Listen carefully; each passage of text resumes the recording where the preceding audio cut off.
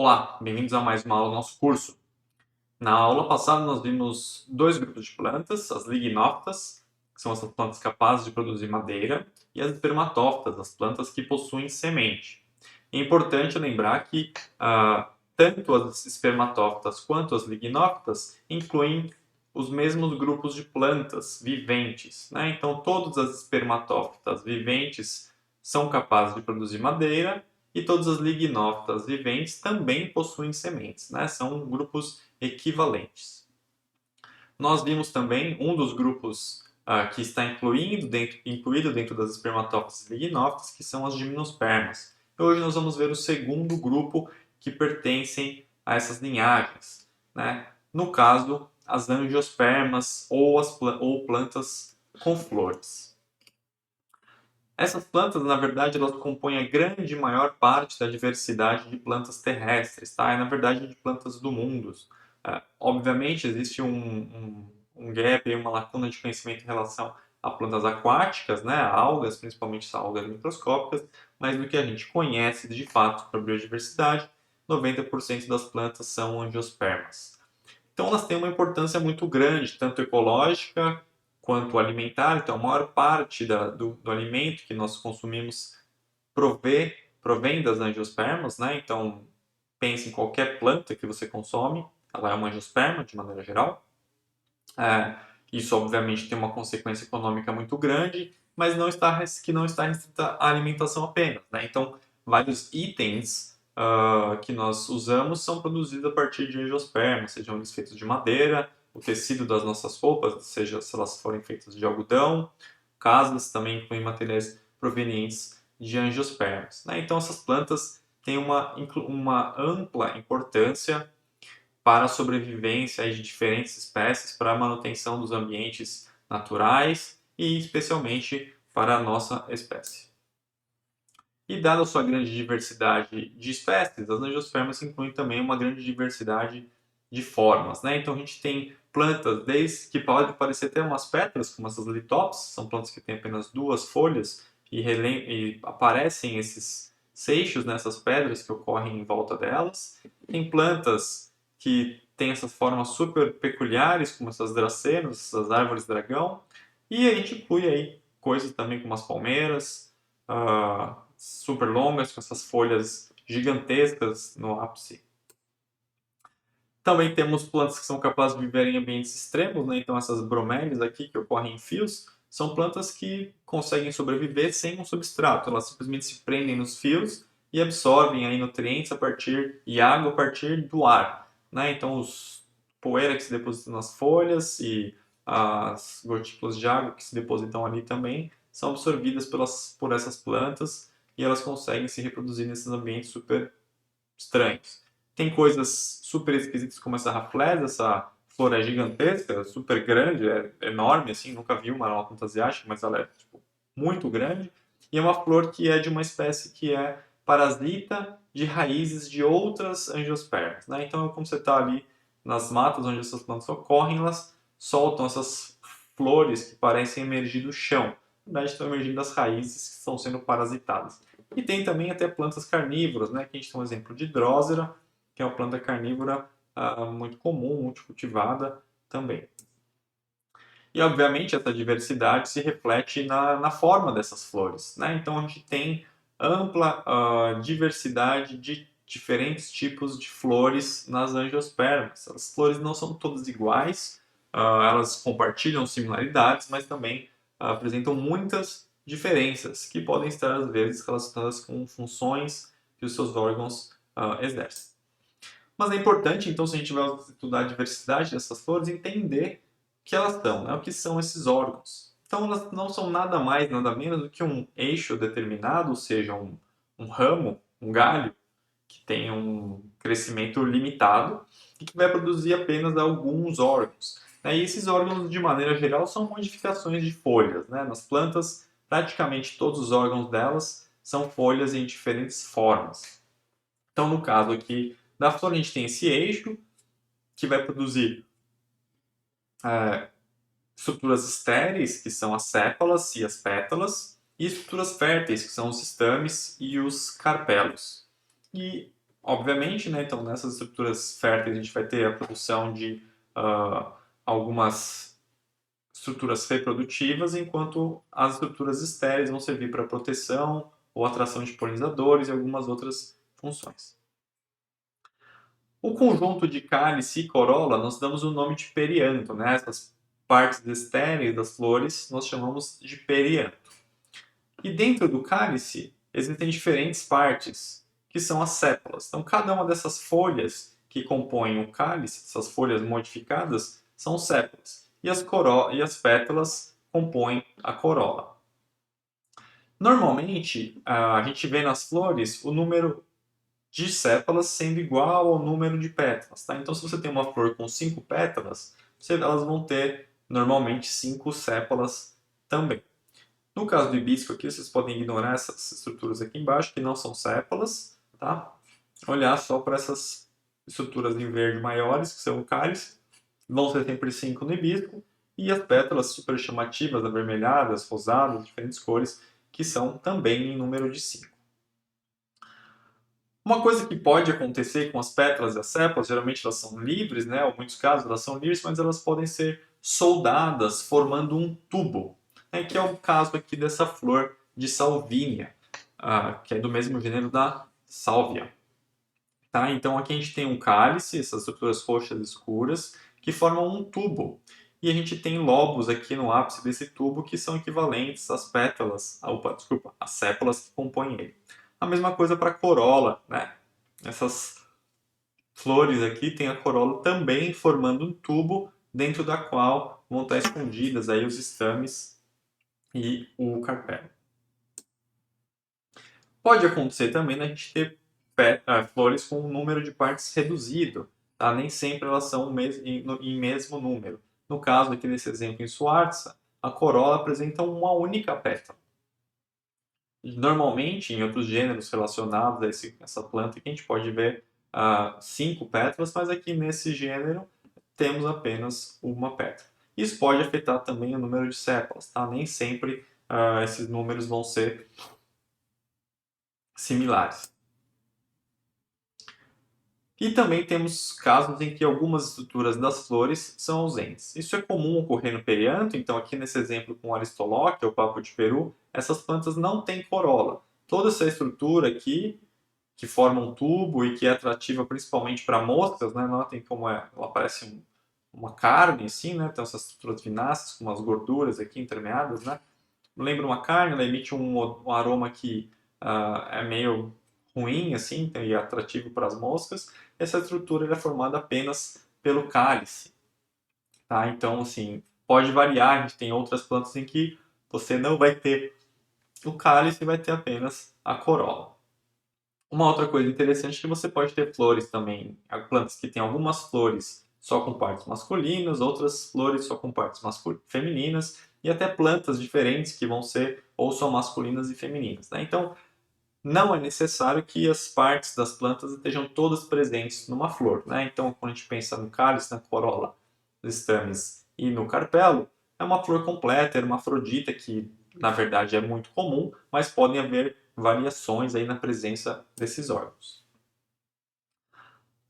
Então a gente viu as sépalas, viu as pétalas, que são as partes da corola e do perianto, mas existe um outro tipo de classificação que nós usamos para quando o cálice e a corola são muito similares. Então aqui nesse lírio a gente tem um nível, aqui é possível ver qual é o nível mais inferior, né? Então essas estruturas estão organizadas em níveis, né? Então no primeiro nível a gente vai ter o cálice, que são essas partes que estão aqui mais para baixo.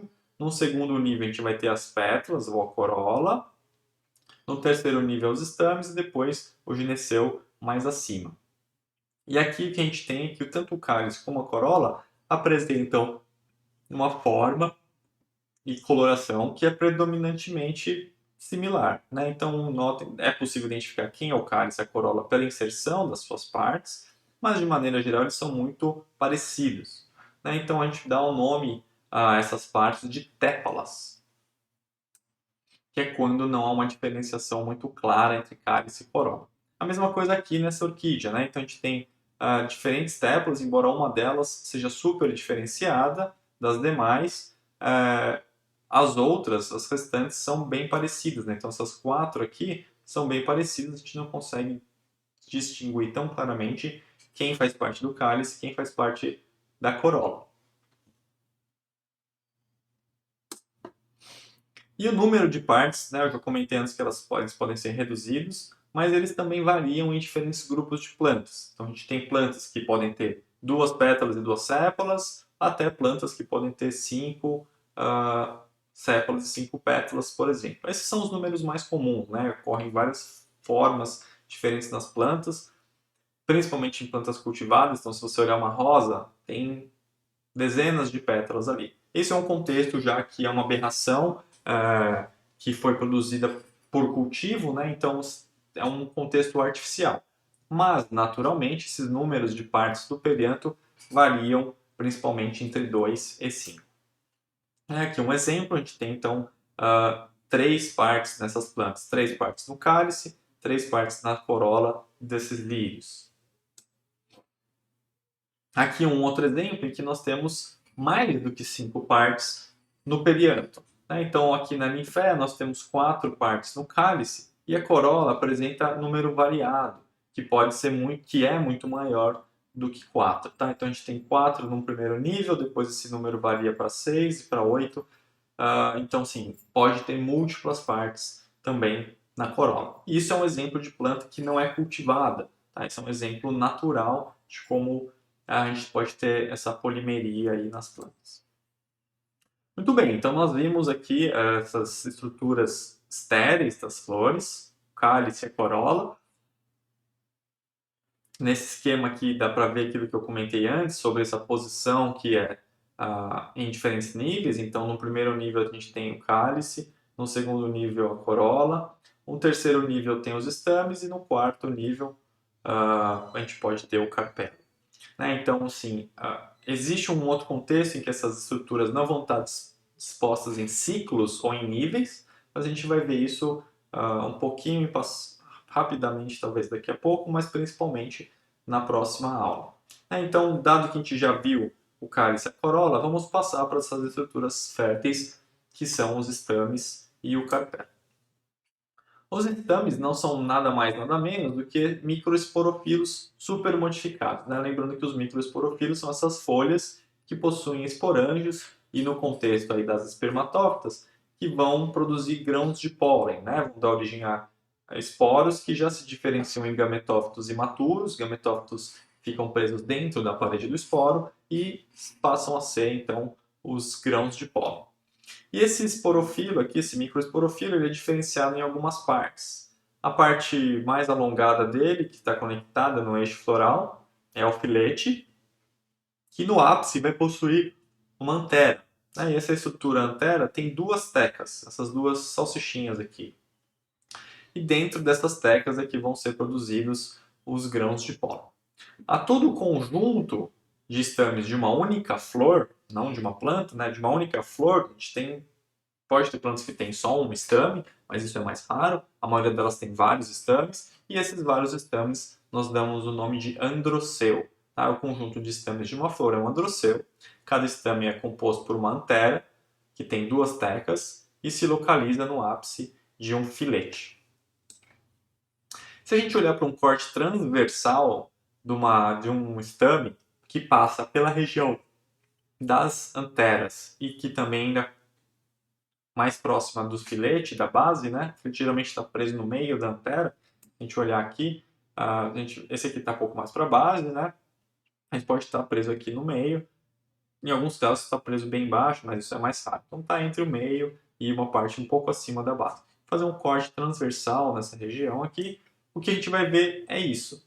Então, um pedaço do filete aqui, a gente tem um corte transversal do filete, tem uma região que conecta as duas tecas, e essas 2 tecas, cada uma delas tem 2 esporângios dentro delas. Nossa, estou muito com sono hoje. Isso foi uma parte. Voltando. Cada teca tem 2 esporângios. E dentro desses esporângios é onde vão ser produzidos, então, os grãos de pólen. Que é aqui, ó, nessa imagem um pouco ampliada. As tecas, né, cada teca com seu esporângio, com 2 esporângios e dentro deles vários grãos de pólen sendo produzidos. E quando esses grãos de pólen amadurecem, estão prontos para serem liberados no ambiente, o que acontece é que essas teclas vão se abrir, liberando os grãos de pólen. E elas se abrem por essa região aqui, onde tem o contato entre os dois sacos polínicos, ou os dois esporângios. Então, nessa região, elas vão se abrir, estão fechadas aqui, vão se abrir, expondo os grãos de pólen para o exterior. E esses grãos de pólen vão ser levados para as estruturas femininas da planta através de polinizadores ou do vento. Então vamos dar uma olhada em específica nos grãos de pólen dessas plantas, das angiospermas, que são modificados em relação ao que a gente viu as demais espermatófitas, as gimnospermas. Aqui o gametófito, lembrando que, né, como comentei antes já, dentro da parede do grão de pólen a gente vai ter um gametófito. E no caso das angiospermas, ele vai ser formado por 3 células apenas. No início do desenvolvimento, quando ele está imaturo, temos 2 células, sendo que uma célula é uma célula germinativa, que vai dar origem a 2 gametas, e uma célula que é a célula do tubo polínico, né? Essa estrutura que vai se direcionar até o óvulo, levando os gametas junto com ele. Que é exatamente isso que a gente está vendo aqui. Então, nessa imagem nós temos esses grãos de pólen que já amadureceram, passaram a ser gametófitos maduros. Então, a célula do tubo vai produzir aqui, vai se alongar produzindo esses tubos polínicos. E a célula germinativa, que tem 2 núcleos ali dentro dela, vai formar esses 2 gametas, né? Cada um com um núcleo. E no caso das angiospermas, esses gametas vão ser levados pelo tubo polínico não só até o óvulo, mas diretamente até os gametas que estão dentro do óvulo das angiospermas, através desse evento aí que a gente chama de sifanogamia, né? Que é quando o tubo polínico leva os gametas, fecunda diretamente o gameta feminino. Então, que são um esquema mostrando aquilo que eu falei. Então, a gente tem um grão de pólen imaturo com uma célula tubo e uma célula generativa. Essa célula generativa dá origem a 2 gametas masculinos que vão ser transportados pelo tubo polínico até o gameta feminino. Muito bem, então nós vimos agora os estames, os grãos de pólen que estão localizados dentro deles, grãos de pólen que são extremamente reduzidos, com apenas 3 células quando estão na sua maturidade, 2 quando são imaturos. Vamos olhar então agora para o carpelo, que é uma estrutura um pouco mais complexa e que é a estrutura feminina da folha. Então o carpelo ele pode ser entendido como uma folha fértil que está enrolada sobre si mesma, encerrando os óvulos dentro dela. Vamos entender isso. Então, a primeira coisa, a gente tem que pensar numa folha típica. Né? Uma folha típica, se a gente fizer um corte transversal nessa folha, a gente vai ver 3 nervuras principalmente. Uma nervura central, que é aquela nervura do eixo da principal da folha, e 2 nervuras que correm pela margem da folha. Então, aqui uma nervura central com 2 marginais. Notem que essas nervuras têm feixes de floema e feixes de xilema. Né? A xilema aqui em preto e o floema em branco. É isso? É isso. Não, é o contrário. Não, é isso. Floema e xilema. Tá, então essa folha geralmente teria óvulos aqui na sua superfície, né, nas suas margens. O que acontece é que ela vai se dobrando sobre ela mesma. Então aqui nós temos óvulos, estão associados cada um às nervuras marginais. Temos a nervura central aqui. E se essa estrutura vai se fechando, notem que essas nervuras mais marginais vão se aproximando, até que elas se soldam. Né? Essa estrutura se solda, fechando, formando essa urna que encerra dentro dela os óvulos. Então isso é o carpelo, uma folha modificada que tem óvulos encerrados dentro dela. Então nas angiospermas, os óvulos não estão expostos ao ambiente. Eles estão dentro dos carpelos, essas folhas modificadas, que também apresentam uma forma muito peculiar, né, quando estão maduras. Essas folhas assumem esse formato aqui de garrafa, aproximadamente, né, que na base nós temos o ovário, O ovário nas plantas, essa urna que contém os óvulos. Lembrando que os óvulos vão ter os gametas dentro deles, né? Os óvulos das plantas não são como os óvulos de animais, não são os gametas femininos. No ápice desse ovário, a gente vai ter um estilete, que é um eixo que leva até um estigma, uma região especializada para a recepção do grão de pólen, como a gente vai ver daqui a pouco. Então, o carpelo se diferencia num pistilo que tem essas três partes, o ovário, estilete e o estigma. E dentro do ovário nós temos os óvulos.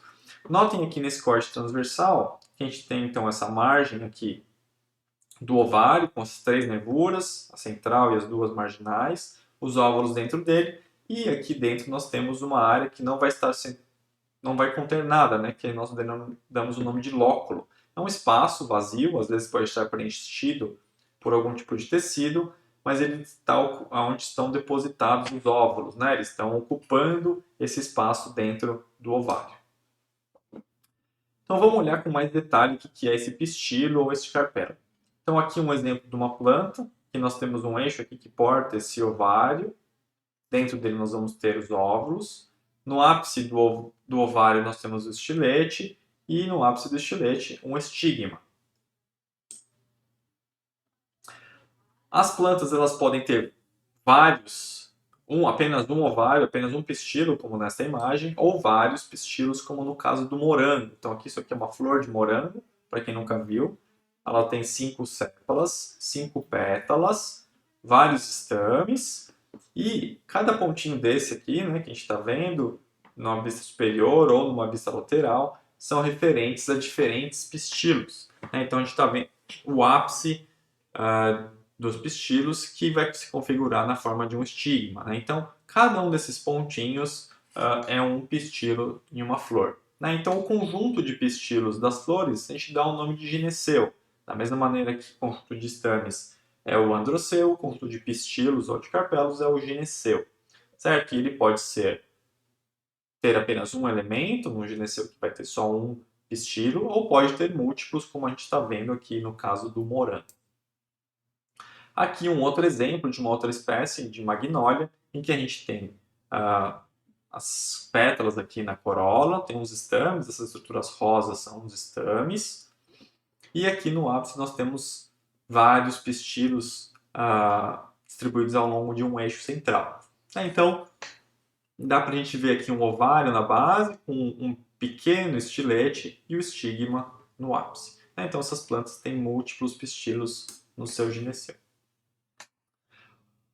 Uma coisa muito peculiar que acontece nas plantas, principalmente em relação ao seu gineceu, é que os diferentes pistilos podem estar livres ou podem se fundir, formando uma estrutura única. E aí isso muda a maneira como a gente classifica o gineceu dessas plantas. Então, quando os pistilos estão livres, como nós acabamos de ver aqui nessa flor de magnólia ou na flor do morango, nós damos a esse gineceu o nome de apocárpico, ou seja, tem os pistilos livres ou separados. Então, a gente tem nesse exemplo aqui desse diagrama, nós temos o gineceu de uma planta que tem 3 pistilos. Se a gente fizesse um corte transversal, veria aqui os 3 ovários, cada um com suas 3 nervuras, a central, as marginais, e os óvulos contidos dentro dos lóculos, certo? Mas como eu disse, eles podem se fundir, formando um gineceu sincárpico, né, que vai ser composto por múltiplos carpelos. Então, quando a gente olha isso aqui, a gente vê então uma garra, parece um único pistilo que tem 3 estiletes com 3 estigmas e apenas um ovário. Mas quando a gente faz um corte nesse ovário, é possível ver, na verdade, 3 lóculos com óvulos dentro e ver que ele é formado por 3 carpelos, ou seja, 3 folhas modificadas. A gente sabe isso porque a gente consegue olhar essas nervuras aqui. Então, nós temos um carpelo com suas 3 nervuras, uma central e 2 marginais, um segundo carpelo com suas 3 nervuras, a central e as marginais, e a mesma coisa aqui mais uma terceira vez. Então, esse aqui é um gineceu sincárpico, que é tricarpelar, ou seja, tem 3 carpelos, e trilocular, tem 3 lóculos. Os carpelos, apesar de estarem fundidos lateralmente, é possível individualizá-los. Existem alguns exemplos aí de como isso acontece na natureza, a gente vai ver em outras nas próximas aulas. Mas existem contextos em que os gineceus simpcárpicos podem ter os carpelos totalmente fundidos, de maneira que você quase não consegue perceber. Né? Então aqui é um exemplo de um gineceu sincárpico, que também é tricarpelar, também é trilocular, mas aparenta ser um único gineceu. Né? Se você olhar externamente, você vê um ovário, um estilete e um estigma. Sendo que aqui a gente tinha essa dica de que tem 3 estiletes, 3 estigmas, pode ser que esse ovário seja sincárpico, não seja apocárpico. Quando você faz o corte, você vê aí 3 carpelos e 3 lóculos. Nesse caso aqui, isso não acontece. A única maneira de você saber que esse carpelo, que esse gineceu é sincárpico, é fazendo um corte no ovário dessa planta. E quando você faz isso, mais uma vez você identifica os 3 carpelos, delimitados pelas suas 3 nervuras, cada um com 3 lóculos e ovários e óvulos dentro desses lóculos. Pode acontecer um caso, só a gente ia passar para uma próxima parte, mas pode acontecer um caso em que a gente não tem aqui, não consegue identificar os lóculos nos ovários. Um exemplo muito legal é o mamão. Tá? Um exemplo de ovário que é sincárpico e tem diferentes lóculos é, por exemplo, a laranja, o limão, né? Cada gomo ali vai ser referente a um carpelo. Mas no caso do mamão, a gente tem um ovário que é sincárpico, é composto por 5 carpelos, e se você fizer um corte transversal, você vai ver apenas um único lóculo. Né? Então, lembra do mamão, você faz um corte dele, tem um buraco ali com um monte de sementes. Né? A única maneira, então, de você saber quantos carpelos compõem o mamão é olhar para as nervuras que vão estar distribuídas na parede. Então, a gente vai encontrar ali 15 nervuras, 5 centrais e 10 marginais.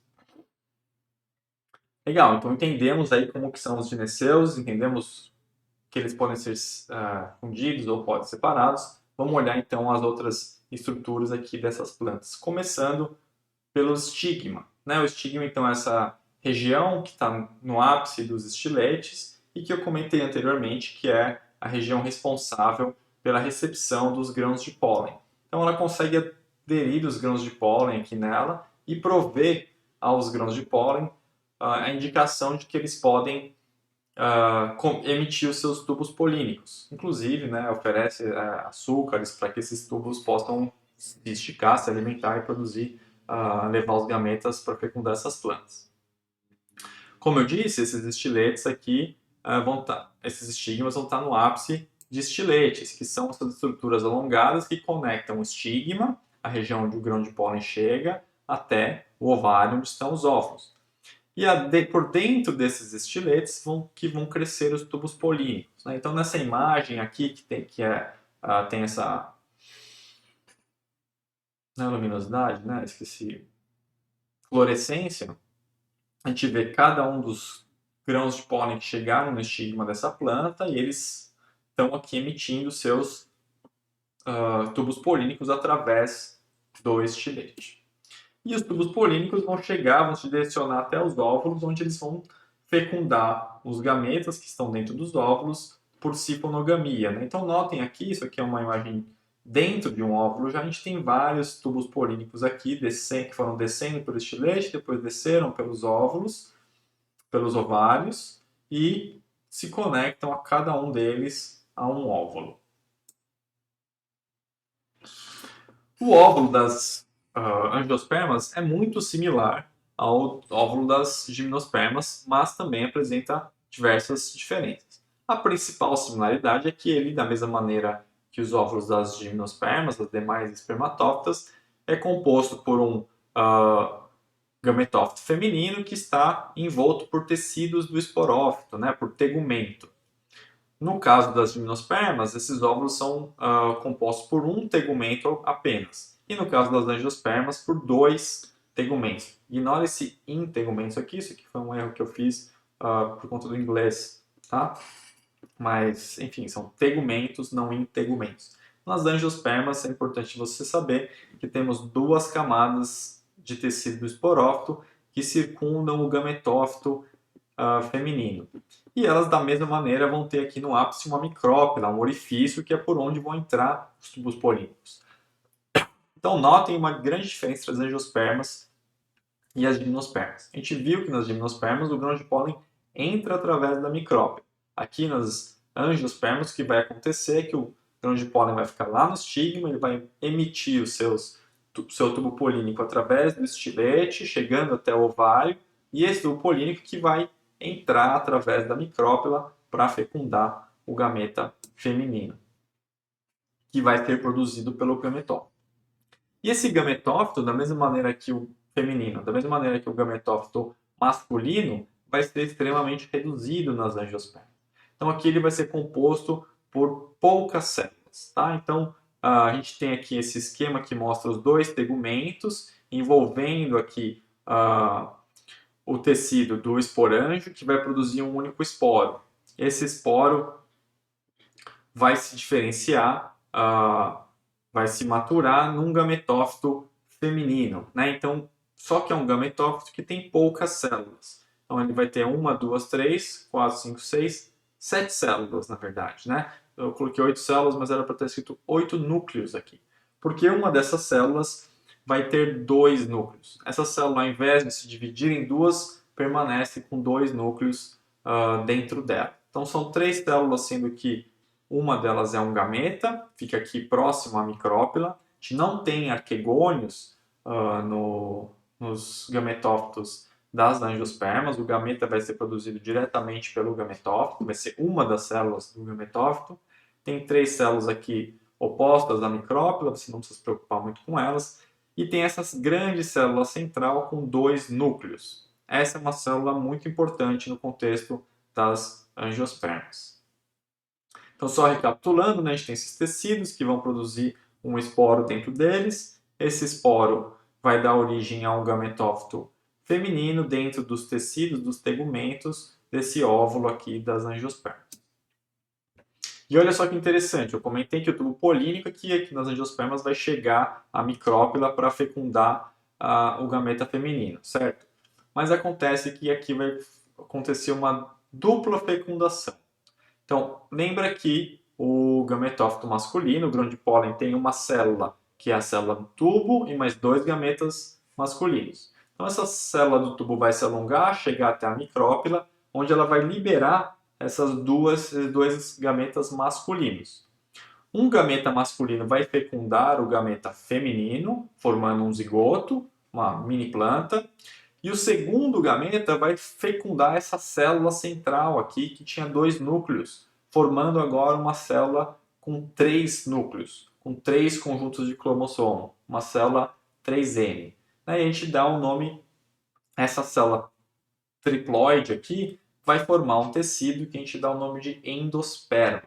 E é esse endosperma que vai ser responsável pela nutrição do zigoto, é um tecido de reserva para o zigoto, para o embrião que vai ser formado a partir desse zigoto, tá? E vai compor a semente dessas plantas. Então a gente tem, a partir da fecundação do óvulo, ele vai se diferenciar então numa semente que é composta mais internamente pela testa, que é um tecido do esporófito, vai ser composta pelo esse mega esporângio degenerado aqui, né, que deu origem ao gametófito feminino, vai incluir o endosperma, que foi gerado a partir da fecundação dessa célula diploide central, e um embrião, que é uma mini planta com seu eixo aqui, hipocótilo radicular, e suas 2 folhas, os seus cotilédones, que vai se alimentar a partir da germinação dessa semente, a partir desse endosperma, que é esse tecido triploide formado a partir da fecundação da célula central. Nas gimnospermas, o tecido de reserva do embrião é o próprio gametófito, que gera o gameta que, ao ser fecundado, forma um embrião. Aqui, neste caso, o tecido de reserva para essas plantas é o endosperma. E notem que interessante que esse tecido vai ser produzido apenas e só apenas se esse óvulo for fecundado. No caso das gimnospermas, o gametófito super grande, enorme, vai ser gerado mesmo que o óvulo não seja fecundado. Muito bem, outra que precisamos, agora depois de ver todas essas características das flores, das angiospermas, falta uma outra característica que é super importante, que é o fruto, né? Então, todas as angiospermas possuem flores e possuem também frutos. Todas as plantas com flores produzem frutos. E o fruto não é nada mais, nada menos do que o ovário desenvolvido com as sementes dentro dele. Né? Então, todas as sementes que estão dentro de um fruto se originam a partir de um óvulo. Né? A gente não tem sementes expostas aqui nas angiospermas, como a gente viu nas gimnospermas. Nas angiospermas, esses óvulos estão dentro dos ovários e, portanto, as sementes vão estar dentro dos frutos. Então, aqui nesse exemplo, aqui uma banana, a gente consome bananas sem sementes, mas elas têm sementes de fato. Então, aqui, uma banana com suas sementes dentro. A banana se originou a partir do ovário da flor da bananeira e as sementes se originaram a partir do óvulo da bananeira. E essas duas características são as principais características das angiospermas, a presença de flores e a presença de frutos. Muito bem, a gente falou de várias coisas aí hoje na aula, principalmente aí das características das flores, que envolvem muitas modificações, esse órgão é extremamente complexo. Então, fique atento, fique atenta. Se você tem alguma dúvida, aproveita que essa aula é curta, volta no vídeo, tenta entender novamente. Se você não entendeu, consulta a bibliografia da disciplina ou anota sua dúvida para a gente conversar quando a gente se encontrar na sessão de discussão do curso. Certo? Não esqueça também de fazer as atividades, quiz e atividade prática que talvez ajudem você a tirar algumas dúvidas aí que ficaram porventura. Então é isso, até breve.